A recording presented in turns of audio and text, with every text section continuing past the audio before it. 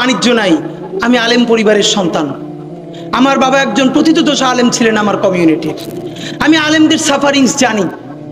সুতরাং আজকে একটা গল্প বলি। ইনকিলাব মঞ্চের ঢাকা বিশ্ববিদ্যালয়ের সদস্য সচিব আমাদের জুমা, ও মহেশখালীর মেয়ে, ও জাহাঙ্গীরনগরের আর একটা মেয়ে, এরা তিনজন মেয়ে বোটানিক্যাল গার্ডেনে ঘুরতে গেছে কিছুদিন আগে।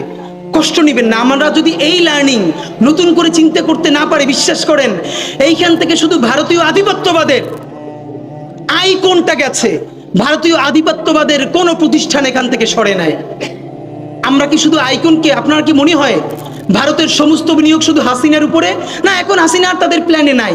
সে তো একটা ব্যক্তি, সে এখানে দেশ হিসেবে হাজার হাজার কোটি টাকা সে এখানে বিনিয়োগ করেছে। এখানে তার অনেক ধরনের এস্টাবলিশমেন্ট আছে, একটার পরে একটা ফেস সে ওপেন করবে।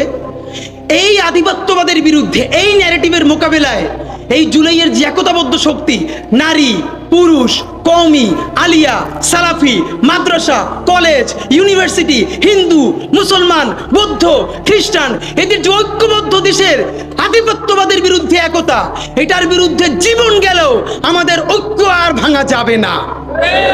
আমরা আমার মুসলমানের জায়গায় থাকবে, সবাই সবার জায়গায় থাকবে, কিন্তু দেশপ্রেমের জায়গায় আমাদের এমন কোনো কথা, এমন কোনো প্রশ্ন যদি করি যাতে জুলাইয়ের ঐক্য বাধাগ্রস্ত হয়, এইখানেই কিন্তু আওয়ামী লীগ সফল হয়ে যাবে।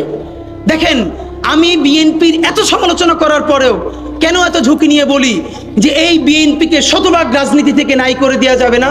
কারণ আমার হিসাব খুব বরাবর। আমরা একটা যুদ্ধের মধ্যে আছি, অনেকগুলো ফেজ একসাথে ভারতীয় আধিপত্যবাদের বিরুদ্ধে লড়তে হবে। এইখানের দুটো পলিটিক্যাল ফোর্স, এই আওয়ামী লীগ তো ভারতীয় আধিপত্যবাদের এত বড় দাস ছিল না।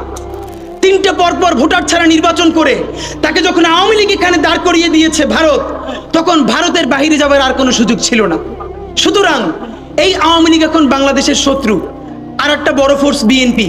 ভাইরা, যত কথা বলি, রাস্তাঘাটে আওয়ামী লীগ যখন মিছিল করে তারে কিন্তু পিটাইয়া থানায় দিছে এই বিএনপি। সেটা চাঁদাবাজির কারণে বলুক, যেই বলুক, ভদ্র, সুশীল অন্য কোনো দল আপাতত দৃষ্টিতে ওই আওয়ামী লীগের পিটানোর মতো স্বাভাবিক ক্যাপাসিটি নাই। নামবে যখন আবার বড় কোনো ডাক আসবে, কিন্তু আওয়ামী লীগ তো বসে থাকবে না। এজন্য আমাদের কথা সোজা, এই বিএনপি চাঁদাবাজি করে, সেই চাঁদাবাজি আমরা সবাই মিলে বন্ধ করতে হবে। সে যখন ভারতীয় আধিপত্যবাদের সাথে সুর মিলিয়ে কথা বলে, আমরা তুমুল প্রতিরোধ করে এই বিএনপিকে শহীদ জিয়া এবং খালেদা জিয়ার কাছে ফিরিয়ে নিতে হবে। এই বিএনপি যখন জনতার ভাষায় কথা বলবে, তার প্রশংসাটাও আমাদেরকে করতে পারতে হবে। কারণ ভারতীয় আধিপত্যবাদের বিরুদ্ধে এবং